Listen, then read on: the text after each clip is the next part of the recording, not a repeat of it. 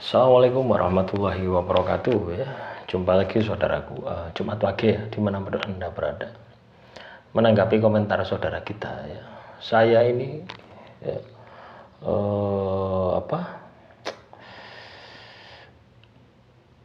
usaha sendiri ya. Tadinya sudah berjalan lancar karena modal kecil, baru mau usaha berjalan lancar karena pengeluaran nggak sesuai ya. Mana ada pengeluaran itu, tidak ada yang sesuai teman-teman ya. Di dalam kehidupan kita setiap pengeluaran itu tidak sesuai ekspektasi kita gitu ya. Misalkan ya, kita anggarkan katakanlah 1 juta dalam 1 bulan ya, itu bisa membengkak 2 juta ya. Kenapa? Karena kita tidak memiliki kontrol ya atas keinginan dan atas nafsu kita ya, akan keinginan dan kebutuhan kita ya. Jadi seperti itu. Jadi kontrol itu harus ada di dalam diri Anda. Saya sudah coba cari modal lagi dengan pinjam koperasi. Lah ini jalanmu yang salah ini ya. Saya harus jatuh bangun sendiri. Sekeliling saya nggak mendukung. Loh, ngapain Anda ini sambat ya? Ngapain Anda ini sambat ya? Sudah salah jalan ya. Ambil koperasi akhirnya riba, atau ambil bank akhirnya riba ya. Masalah Anda, harusnya masalah Anda ini katanya dengan manusia ya, tapi Anda alihkan, Anda melawan Tuhan dengan menjalankan praktek riba. Saya harus jatuh bangun sendiri, sekeliling saya nggak mendukung, padahal untuk kebutuhan bersama. Menurut Bapak bagaimana? Loh, kebutuhan bersama ini maksudnya siapa? Pasangan Anda, ya ceraikan saja gitu ya. Ya, jadi kalau Anda punya pasangan tidak bertanggung jawab, diceraikan saja. Anda sebagai istri, loh iya, karena hidup ini ada hak, ada kewajiban ya. Jadi jangan melihat dari sudut pandang Anda saja ya. Sudut pandang dia juga bisa Anda lakukan. Nah, kalau Anda sampai salah jalan tadi ya, tidak punya modal, akhirnya pinjam koperasi ya. Loh, sebenarnya ya, Anda jual aset ya, apa yang Anda miliki itu dijual. Jangan pinjam koperasi. Kalaupun Anda tidak ada yang dijual ya, kerja jasa ya, jasa Anda. Contoh misalkan kerja jasa ini buruh setrika misalkan, buruh ngepel misalkan, bersih-bersih misalkan. Loh, sampai terkumpulkan modal. Jadi seperti itu. Nah, kalau Anda punya pasangan ya biarkan saja, ya apa caranya gitu. Ya apa caranya mereka sadar. Kalau tidak sadar ya diceraikan ya. Jadi hidup ini harus tegas ya, bukan keras tapi harus tegas. Nah, sehingga apa? Sehingga Anda ini tidak emosian gitu loh ya. Tidak emosian, tidak menyalahkan orang di luar diri Anda. Ya, padahal Anda ini sudah salah jalan. Ya, menyelesaikan masalah dengan mengalihkan masalah kepada Tuhan gitu ya. Menentang Tuhan ya. Anda pinjam uang di koperasi, di bank ya, itu Anda itu menentang Tuhan gitu. Loh ya, itu kan dilarang loh gitu loh. Itu kan riba gitu loh. Ya. Itu kan dilarang, itu kan dosa besar. Loh, terus Anda praktek loh. Wajar enggak ketika Anda ini masalah Anda enggak selesai-selesai? Wajar. Karena apa? Di dalam masalah Anda itu ada hukuman Tuhan. Karena Anda menjalankan praktek riba. Ya, enggak percaya dirasa no ya.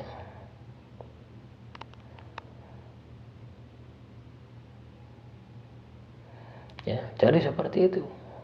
Ya. Jadi ketika kita katakanlah menyelesaikan masalah dengan melanggar perintah Tuhan gitu loh, sama seperti itu loh. Coba bayangkan ketika kita menyelesaikan masalah dengan melanggar perintah Tuhan. Tidak apa-apa praktek riba. Riba itu kan tidak nyolong gitu ya. Riba itu kan tidak maling ya. Tapi ini dilarang. Ya, sama halnya dengan Anda ya. Anda muslim ya, terus makan babi. Ya. Ini kan haram gitu ya. Tapi mbok pangan. Loh, pada saat Anda makan ora apa-apa. Anda apa-apa. Tapi ya jangan salahkan, suatu saat ketika Anda kena masalah, bisa jadi itu adalah hukuman Tuhan dari Anda makan babi tadi. Loh, jadi seperti itu. Ya. Kadang ini yang tidak disadari ya. Ya. Oleh teman-teman jemaat wagi ini yang tidak disadari. Ya. Seolah-olah masalah Anda itu di luar diri Anda. Padahal masalah Anda itu karena kelakuan Anda. Coba ditelusuri. Sama halnya dengan Anda bilang, saya punya bakat menyembuhkan. Nah, coba bayangkan, ketika Anda punya bakat menyembuhkan, tapi ibadah Anda melempem, tirakat Anda melempem, apakah itu tidak dari jin? Ya. Apakah itu bakat Anda yang Anda akui? Ya. Kira-kira wajar enggak kira-kira ya? Kira-kira wajar enggak ketika ekonomi Anda berantakan? Anda punya bakat menyembuhkan, tapi di sisi lain ekonomi Anda semakin hancur. Di sisi lain ya, masalah Anda semakin banyak. Di sisi lain ibadah Anda, spiritual Anda semakin melempem. Apa gunanya Anda bisa menyembuhkan orang? Menyembuhkan diri sendiri tidak bisa. Ya. Nah, jadi dari segala masalah-masalah ya yang kita hadapi, ya, teman-teman jemaat wagi, itu sebenarnya ada petunjuk Tuhan. Gitu. Ada petunjuk dari Tuhan terhadap masalah yang kita hadapi, terhadap masalah yang kita jalani, itu selalu ada petunjuk. Dan setiap masalah yang kita hadapi itu ada perjalanan spiritual. Ya. Jadi akar masalahnya ya teman-teman jemaat wagi itu sebenarnya semua itu berasal dari diri kita sendiri. Loh ya. Berasal dari diri kita sendiri. Ketika kita mau menyikapinya ya, ketika kita mau melihat lebih dalam lagi, itu nanti pasti akan ketahuan, pasti akan ketemu gitu, dengan masalah itu ya. Nah, demikian saudaraku jemaat wagi ya. Oh, ini ada lagi kaitannya dengan usaha. Saya mau buka kuliner atau buka sembako. Sebenarnya sederhana ya. Kalau buka sembako untungnya kecil ya, tapi lumintu ya. Tapi kalau buka kuliner untungnya lebih besar, bisa separuh sendiri kalau kuliner itu ya. Tapi juga gitu, resikonya juga besar ya. Jadi kuliner ini perputarannya harus cepat ya. Ibarat Anda jualan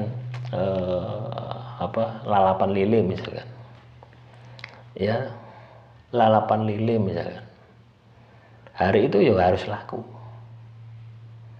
ya. Tapi kalau Anda jualan beras, hari ini tidak laku, besok tidak apa-apa ya. Jangka expirednya kan agak panjang ya daripada ketika kita kuliner.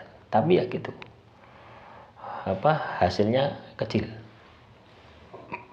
ya. Nah, kalau menurut saya ya dua-duanya gitu loh ya. Ya, kalau pengen cepat kaya ya kuliner ya, ini cepat kaya.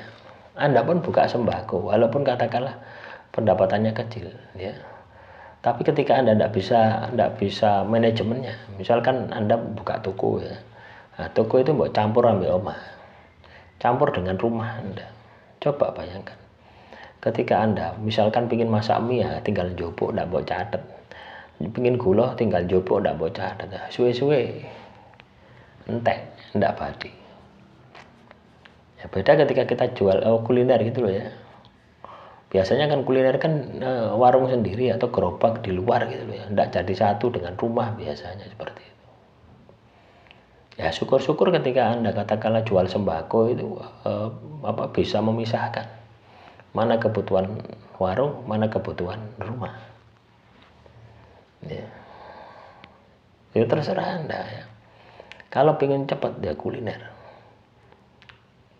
ya. Anda jual gorengan ya, dengan jual sembako akan lebih cepat jual gorengan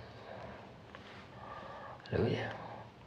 Contoh misalkan Anda beli gula ya, misalnya gula 1 kilo katakanlah 15.000, Anda kulaannya 15.000, Anda jual 16.000, badinya cuma 1.000 ya, badinya cuma 1.000. Tapi ketika Anda jualan kuliner ya, Anda bisa badi 2.000 3.000 dari setiap porsi makanan. Contoh lalapan lili, berasnya berapa, sambalnya berapa, lilinya satu berapa, itu dihitung itu bisa 2.000 3.000, lebih banyak labanya. Tapi ya gitu resikonya ya, hari ini harus habis lah. Jadi ada plus ada minusnya ya. Kalau kita berpikir hari ini harus habis, maka yang perlu kita lakukan adalah bagaimana kita memiliki strategi pemasaran yang bagus, bagaimana kita memiliki tempat yang bagus,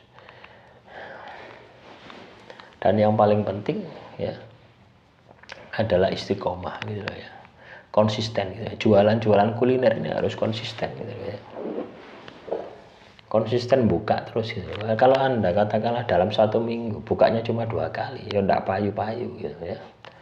Demikian yang bisa saya sampaikan, semoga menjawab ya pertanyaan saudara kita. Kurang lebihnya saya mohon maaf. Assalamualaikum warahmatullahi wabarakatuh.